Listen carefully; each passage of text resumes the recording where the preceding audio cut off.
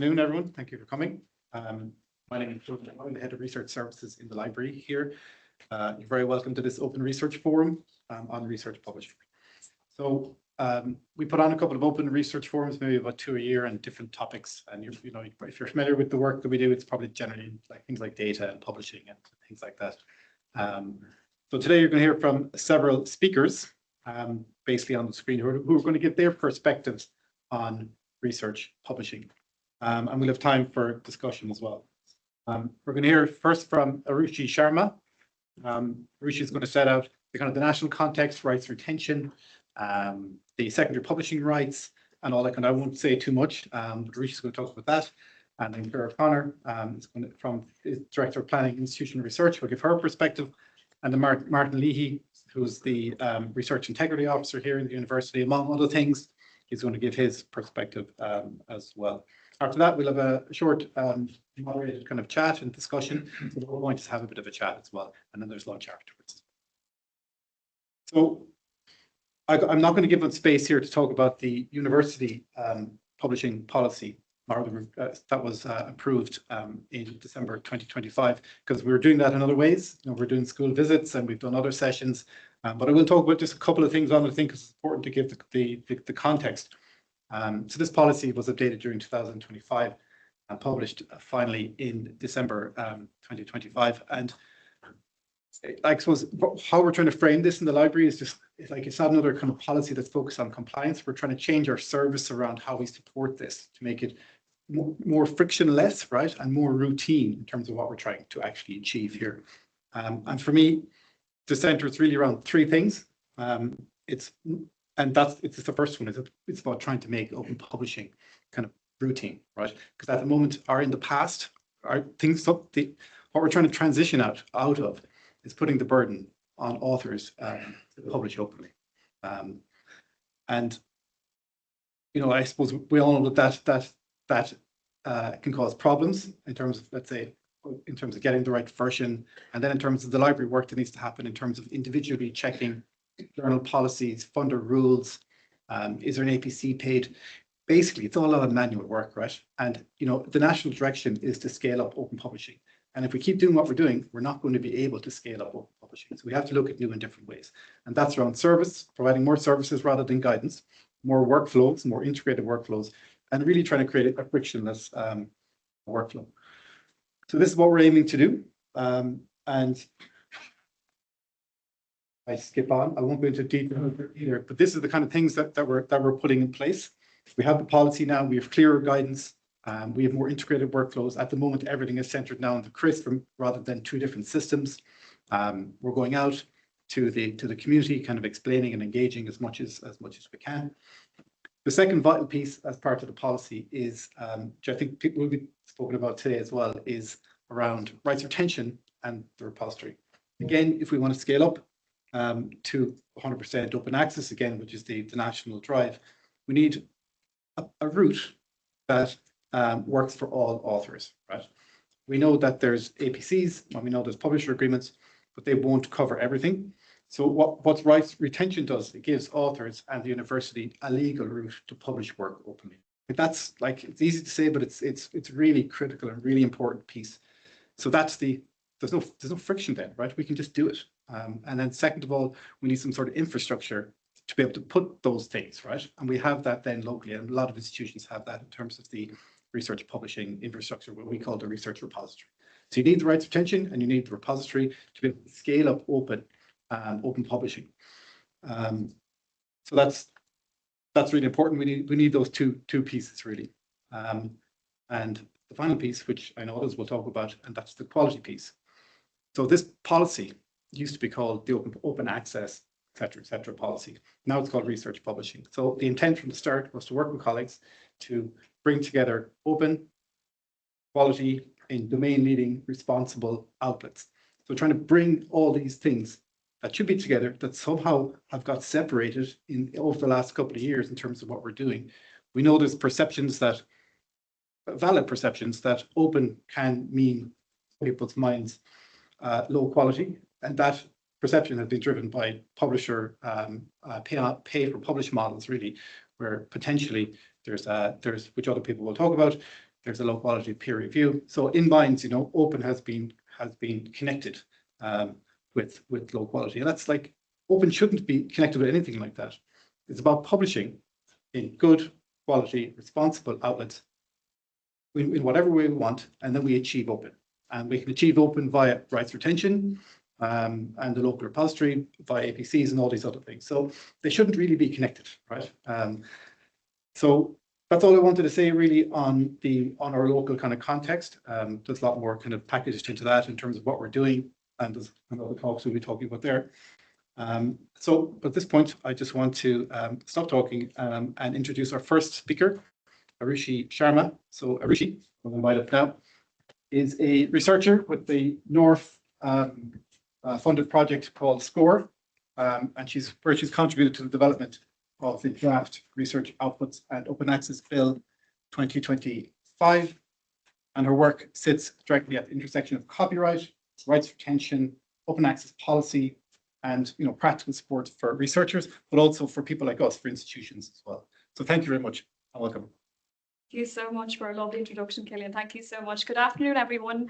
Thank you so much for having me here today. I'm especially grateful to the University of Galway Library and Dr. Jen Smith for the invitation, and of course to Cillian for that lovely introduction, and to everyone involved in bringing this Open Research Forum together.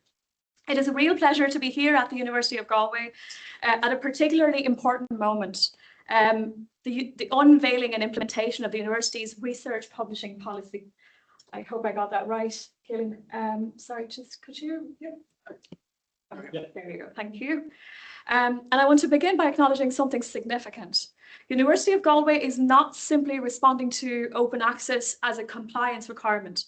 It is taking a leadership position. The policy brings together research excellence, open dissemination, responsible publishing, rights retention, repository deposit, and institutional support in one coherent framework. That is no small achievement.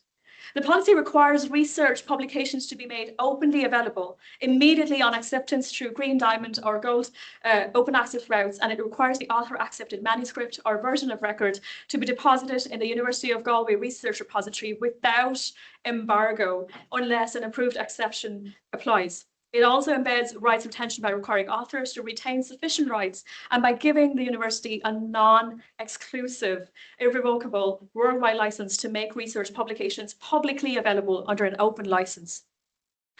That matters because open access is often spoken about as if it's simply about access to PDFs.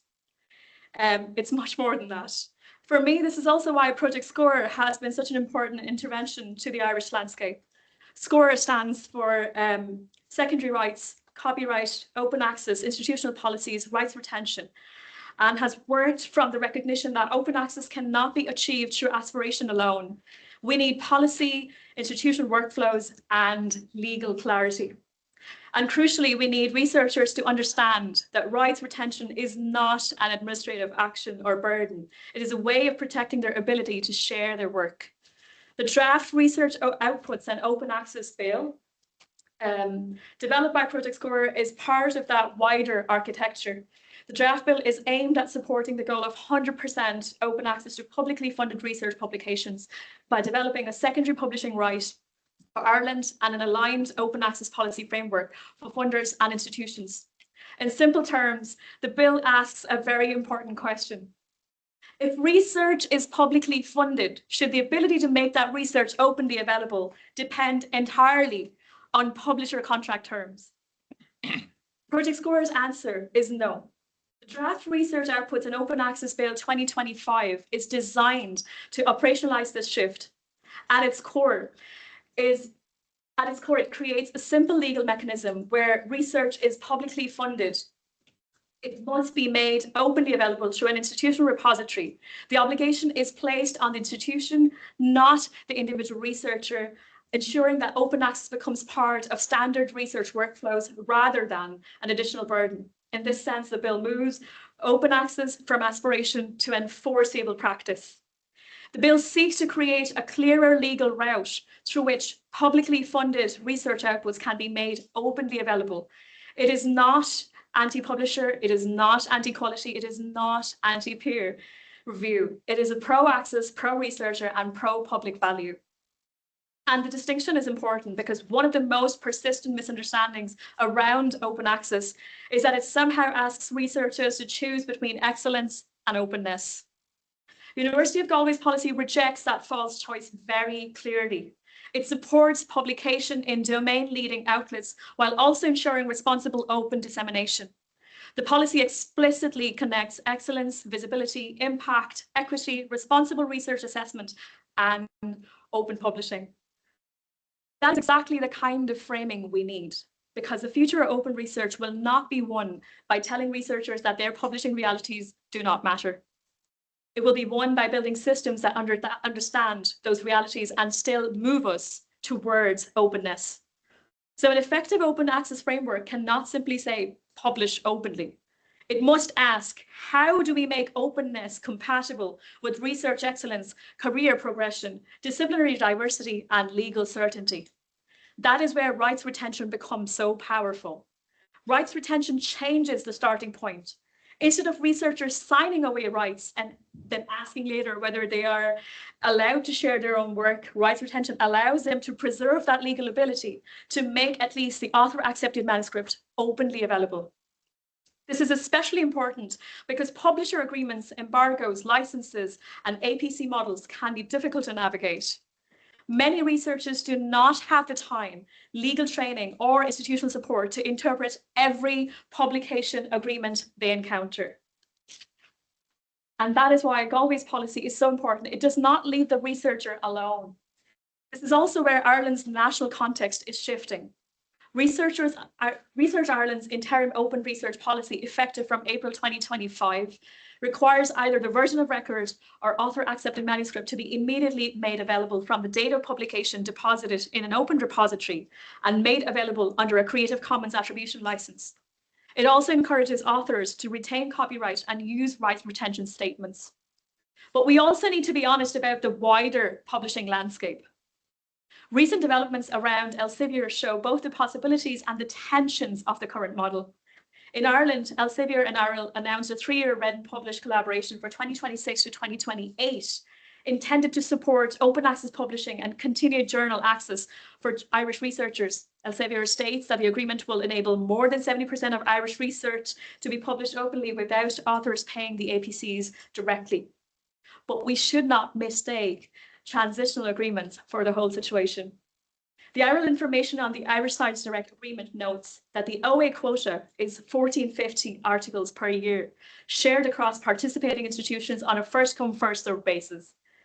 It also states that this quota is not projected to cover all articles from participating institutions, and if it runs out, believe me, it will, authors may be offered closed access or may need to pay APCs themselves in some circumstances. Imagine that. That tells us something important. Read and publish agreements can be useful, but they're not the same as the rights-based open access framework. They're agreements, they're negotiated, they're limited. They depend on quotas, institutional participation, eligible journals, eligible article types, and publisher terms. This is why rights retention and secondary publishing rights remain essential, because the future cannot depend entirely on whether a particular author publishes in a particular journal under a particular agreement before a quota runs out. Elsewhere, we are seeing institutions push back against the sustainability of these models. In the UK, 3 research-intensive universities reportedly opted out of a new Elsevier deal amid concerns about price increases and the sustainability of open access models. So the lesson is not that publisher agreements are bad. The lesson is that they are incomplete. They may help us manage the transition, but they should not define the destination. The destination should be a system where open access is not fragile, not dependent on institutional wealth. The destination should be a system where openness is built into the legal, institutional, and technical architecture of research publishing. That is the role of the Research Outputs and Open Access Bill 2025. It gives us a way to think beyond individual transactions and towards systemic rights. It asks us to imagine a future where publicly funded research carries with it a legally supported route to public access, where the researcher's ability to share their work is not treated as an exception, but as a default, where universities are not merely purchasers of access, but stewards of knowledge. And this is where Galway's policy becomes nationally important, because policy is often where law becomes real. A bill can create legal possibilities. A funder policy can create expectations, but institutional policy creates daily practice. I also want to particularly praise the University of Galway's inclusion of responsible publishing and domain-leading outlets in this policy framework. This is a very sophisticated move. One of the anxieties around open access is that it can be misunderstood as simply publish anywhere as long as it is open. Galway's policy does the opposite. It says publish well, publish responsibly, publish in strong outlets, but ensure the output is openly available. That is exactly the balance the sector needs, because open research is not only about access, it is also about trust. Open access without research integrity is not enough. The University of Galway policy recognises that research publications are institutional assets, that language is important. It means publications are not merely individual career outputs, they are part of the university's contribution to society, to policy, to culture, to science, to public debate. And if they're institutional assets, then institutions have a responsibility to preserve them, make them discoverable, and make them accessible. That is also why this conversation matters beyond universities. Publicly funded research is not only read by academics.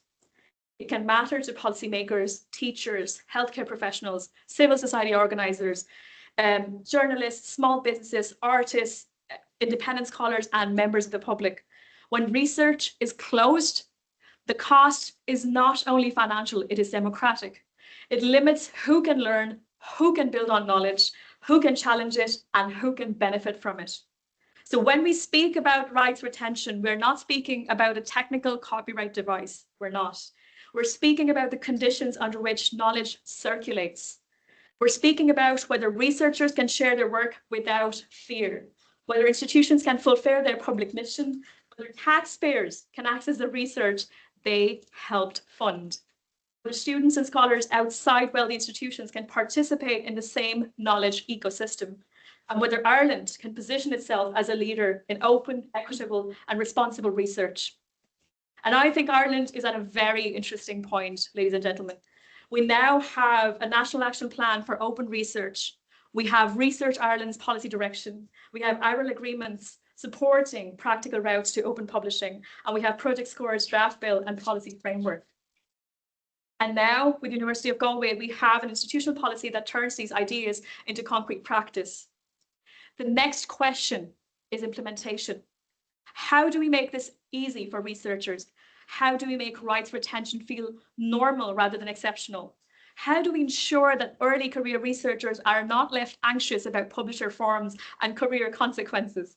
How do we support disciplines with different publishing cultures? And how do we explain the difference between the version of record and the author-accepted manuscript in a way that is actually usable? How do we ensure that repository deposit is not seen as the administrative afterthought, but as a part of publication lifecycle? This is where libraries are absolutely central. Libraries are no longer just access points to knowledge, they are infrastructure builders, policy translators, copyright educators, negotiators, repository managers, open research advocates, and often they are the people making complex systems workable for researchers. So I want to acknowledge the work of the University of Galway Library here. The policy is important, but the support around the policy is what will make it live.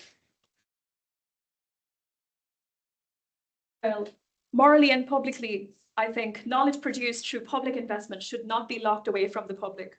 And institutions should not see open access as a burden imposed from outside, but as part of their mission to preserve, disseminate, and advance knowledge. This is why this conversation matters. And a future where publicly funded research can reach the people, communities, and societies it was ultimately created to serve. Thank you so much.